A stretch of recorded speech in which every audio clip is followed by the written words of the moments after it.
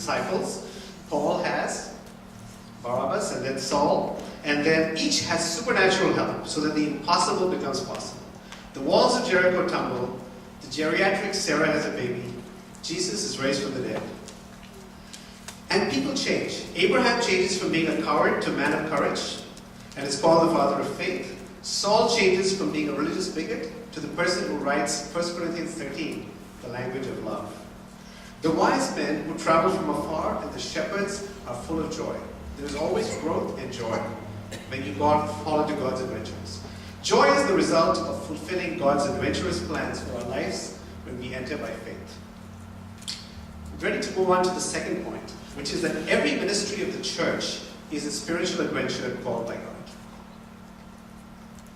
Light the candle is a spiritual adventure, and it almost follows the same pattern of adventure in real-life adventures or fictional adventures or spiritual adventures. George Chariot tells us the call that came to him when reading his father's books, a call he ignored. Horse coding began when A.C. Zachariah heard a call. Light the candle began with a call. It came to many of the leaders independently. Suku Uncle, after retirement, felt a call to missions. Shirley Auntie felt a call to preach to the Jaligal. I'm not sure I'm pronouncing this right. Manoj was touched by the story of a boy whose parents had left him, and the sight of children in tears when Mr. Johnson was going to leave them and no longer be their teacher. These three got together, and then others joined their call. Vijay Uncle, Suchi, Deepak, Bobby, Sajid, and all the spouses joined the adventure. The spouses are part of the adventure too. Without their support in prayer and time and behind the scenes advice, none of the team could do their part. They have had their call confirmed on many occasions. When God has responded to their prayers miraculously. One such occasion was when they decided to apply for the 501k status to become a charitable organization. This is not an easy job. They had no legal help, no experience, and they researched the issue, they prayed, and they succeeded. They've had to navigate the unknown. They started in familiar territory, the Marthoma Church, but they are navigating now to strange waters. They're going to Jharkhand, to North India. They've learned to grapple with the lack of transparency in the mission field where people just want your money, but they have forced transparency into the issue. They've insisted on reports in order to sort of steward our money. And some have grappled with sickness, they have been setbacks, but God has given them great deliverances. They have grown as well, I'm sure. If you ask them, they would probably say they have grown in faith and in closeness to each other. And there is great joy looking back. What started with 40 children has grown now to 300. What has started with one location has started with 4. The journey is not done. The dream is still alive as they dream of 100 locations with 100 children each. So will you humor me for a moment and think of them as our own Malayali versions of Luke Skywalker and Frodo the Hobbit? People who enjoy Kachimor and Mean Vechel, living not in Bag's End or Alderaan, but in places like San Francisco and Morgan Hill. People like us. Pray for them that God will continue to unite them and make the ministry grow and flourish. And that brings me to my last point. People like us. We too are called to a life of spiritual adventure with Jesus. The leadership team is a very special set of people, and it is tempting to think of them as specially gifted for ministry. Something different from us. But God calls all of us to a life of spiritual adventure with Jesus and the Holy Spirit. Thus far, we have not searched the scriptures. Let us recall the account of Mary in Luke 1, 26 to 38. So let's just read Luke 1, 26 to 38. Does anybody have a Bible? Read it.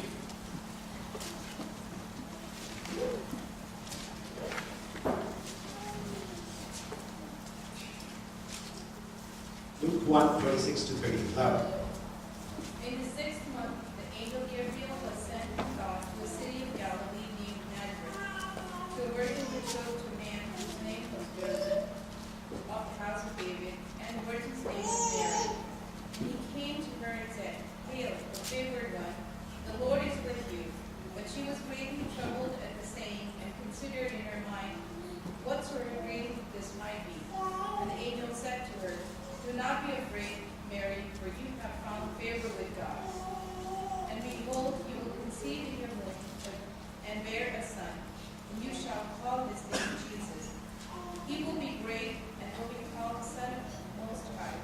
And the Lord God will give to him the throne of his father David, and he will reign over the house of Jacob forever, and of his kingdom there will be no end." And Mary said to the angel, "How can this be, since I have no husband?" And the angel said to her, "The Holy Spirit will come upon you, and the power of the Most High will overshadow you. And therefore the child to be born will be called Holy, the Son of God. And behold, your kinswoman Elizabeth, in her old age has conceived a son, and this is the 6th month with her who was called barren. For with God nothing is impossible." And Mary said, "Behold, I am the handmaid of the Lord, and let it be to me according to your word." And the angel departed from her. Can you go on for 2 more verses, 39 and 40? In those days Mary arose and went with haste into hill country to a city of Judah, and she entered the house of Zechariah and greeted Elizabeth. And when Elizabeth heard the greeting of Mary, the babe leaped in her womb, and Elizabeth was filled with Holy Spirit. Thank you. So, what do we learn from Mary that can apply to our lives? Christmas is over and the new year is beginning. All of us need to look forward to what God has in store for us. New adventures with God. First, we must hear from God. The angel tells Mary, "You will be with child and give birth to a son." For us, it may be something much smaller, like starting a prayer time with some friends, talking to a neighbor, or helping Sevika Sangam. I see, I was sitting in the seat for about 5 minutes, and less than 2 minutes, Baba Chain asked me, he said, "What is your ministry?" And I've had the privilege of once going into a prison ministry with Baba Chain, and it amazes me still that somebody like him who's older and a Carolite is talking to these toughy convicts. What a life of adventure. And they listen to him. You know, he tells them, "Shut up," and they shut up. You know, I just couldn't believe that anybody could have that kind of authority. But life, there are adventures waiting for all of us. Okay? And they need not be big. They need not be prison ministries. They need not be light the candle. But God has something special for each one to do. If we ask Jesus, "What can I do for you?" He will give us something to do. Okay? The harvest is plentiful. Thinking of ourselves as unworthy and out of our depth is not a bad thing. In fact, scripturally, you can argue that it's essential. The hobbits thought they were unworthy. Frodo thought he was unworthy. Mary thought she was unworthy. It's good to think of yourself as unworthy. It may be that some of you here are also moved by the Light the Candle team and to do more than just give money. Giving money is a great thing, but people like Obi have come forward and Sajeev have come forward and helped the team, and so perhaps some of you will do that. Some of you might consider prison ministry. I think Shweta is here. In school, she decided to go on a limb and start a Bible study. So it has nothing to do with your age. It has nothing to do with your sex. It has nothing to do with your qualifications. If God gives you a call, He will call you to a life of great adventure. We must accept the call in faith. Mary says, "May it be to me as you said." There are many reasons why we can't do it. We're too busy. Things we have tried before have failed. We have no gifts. Faith in Hebrews 11 is the assurance of things unseen.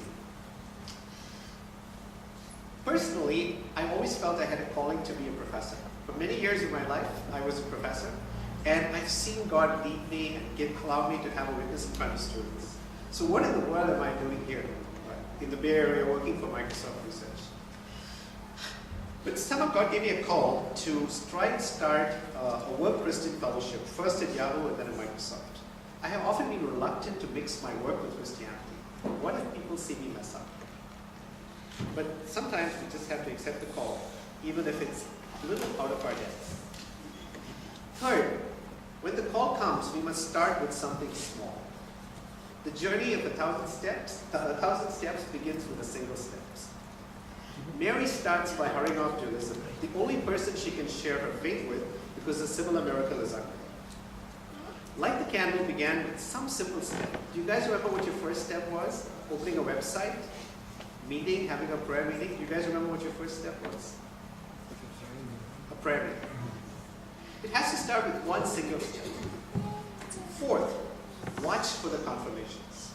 If God is in something, He will confirm the call. Mary is reassured when Elizabeth says, "Blessed are you among women," and John leaps in Elizabeth's womb. The Light the Candle grows, and they get 501k. And that is such a significant obstacle that it's a confirmation of the call. Baba Chan, probably in prison ministry, has found is able to go into certain places that he would never have found. When I started this, the first step was trying to send email to Microsoft List, asking for Christians who would be interested to meet in the Silicon Valley campus. One person replied. His name was Favini, and he was an African. And he stopped coming after a while. And there was another guy called Danny who didn't have a car. And he was a pain to deal with because I had to go and pick him up each time because he was sufficiently wealthy, but he didn't want to buy a car. And I was getting exasperated. And Danny said, "I'm leaving and I'm going to join Twitter." But just before he left, he talked about this fellowship to two other people at work, and Ben and Matt, and they have since started coming. So you get these confirmations. Life is full of ups and downs, but these confirmations help you to keep going. Fifth, be prepared for trouble. Like Han Solo said, buckle your seatbelts, right? There's going to be trouble on the way. Mary's life was anything but easy. Simon's prophecy to her was that her heart would be pierced by a sword. Jesus died on a cross. Beyond starting faith, we need persisting faith. Faith to finish what we start till God releases us. My wife Arjun, for a year, decided to be a leader in Bible study fellowship, and was one of the worst years of our lives. All kinds of things went wrong that year. To the point, if you still remember, right, maybe halfway through, we seriously had a conversation, should we give this up? Just things are just going wrong. But fortunately, we persisted for the year, and we're grateful. We too have to finish what we start. Like the candle is still in its infancy, but they are committed to going on and finishing what they start. They've had their dark moments. They've had their difficulties. If you're talking to them, they'll tell you. So, and there are occasions when, even in Work Christian Fellowship, when no one comes, and I have to pray by myself. And it's very discouraging, but every time there's just a little bit of encouragement to go. In the classical adventure story, there is often a plan. In Star Wars, there is the plans for the Death Star. In The Hobbit, there is a treasure map. And often when the hero goes through trouble, they extricate themselves by their own ingenuity and their quick-wittedness. And here is where the spiritual adventure life is similar but different. We too have a plan. We too have a treasure map, and that's our Bible. When we read it each day, somehow God gives us guidance. I don't know how, but it's true. For every moment, there is guidance, if you look to it for guidance. But we do not solve our problems by ingenuity. It's not our cleverness. I don't think that Light the Candle has gone so far. They have prayed on many occasions. They have fought their battles on their knees. When things were dark, when the things were about to give up, they have prayed. And God has given them a deliverance. And that is the kind of difference in the spiritual adventure which Han Solo and even Frodo would not have. But there are moments of joy. The last point, that when God takes you through these milestones. After Mary realizes that Elizabeth confirms her call, she has this burst of joy, which everybody knows as the Magnificat, where she says, her soul blesses the Lord and her spirit rejoices. We are meant today to learn more about, but also to celebrate the journey of Light the Candle, as they have reached 300 children. We hope for more in the future, but we rejoice as to what God has done. So as the Christmas adventure fades and the New Year beckons, will each of you consider asking God for a call? As Baba Chan said, what is your ministry? Accepting the call in faith, no matter what you feel you can do or what you plan. Starting with something small as the first step. Watching for confirmation, praying and persisting through the trials, and finally rejoicing when you look back at what God has done, as Light the Candle can. At the end of the Lord of the Rings, after Sauron is defeated, Frodo says, "At last I understand why we have been